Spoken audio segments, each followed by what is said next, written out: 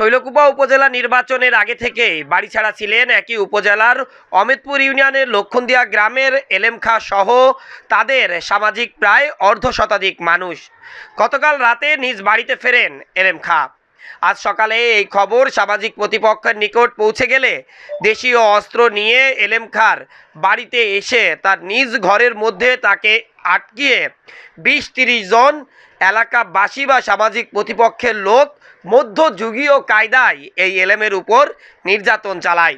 এ সময় এলেম খাঁর দুইটি পা ও একটি হাত ভেঙে গেছে।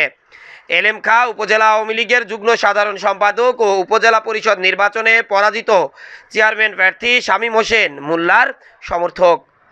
এ সময় এলেমের স্ত্রী জানান যে আজ সকাল 10টার দিকে ২০-৩০ জন মানুষ বাঁশের লাঠি, চাইনিজ কুড়াল, রামদা নিয়ে আমার বাড়িতে এসে আমার স্বামীকে ব্যাপক মারপিট করেছে।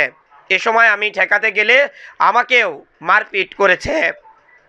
ঘরের ভিতর সিটকানি দিয়ে কুপাইছে আর রড দিয়ে বাড়িয়েছে।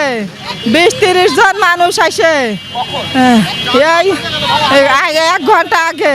আরো আমার ধরে মারিয়েছে, হাতুল দিয়ে বাড়িয়েছে, চুল ধরে ফাড়াইছে। এটা আমার ভাই জানায়নি, আমাদের গোপনে এখন শুনছি যে রাত্রি বাড়ি গেছে। দিনের বেলায় ওরা কিভাবে টের পাইয়ে এভাবে মারধর করেছে। এখন মহিলা মানুষ যারা বাড়ি থাকি এরা চিনতে পারে না কিটা কিটা। এখন 3 জনে চিনেছে। আমার এই ছোট ভাই বউ বললো যে ২০-৩০ জন এসে মারপিট করেছে, বেধড়ক। আমার ছোট ভাই বউরও মারিয়েছে, আর ছোট ভাই তো বাঁচার মতো নেই। তিনি বলেছেন, যারা মারতে এসেছিল তাদের মধ্যে 4-5 জনের আমি চিনি, বাকিদের খুব একটা চিনতে পারিনি। এলেম খাঁর মতো অসংখ্য মানুষ এখনও এই লক্ষণদিয়া, বেষ্টপুর, কৃষ্ণপুর এবং গোবিন্দপুর ও লয়ডা গ্রাম থেকে বাড়ি ছাড়া। তাদের একটাই প্রশ্ন, স্বাধীন দেশের নাগরিক হয়ে তারা কেন পরাধীন জীবনযাপন করছে।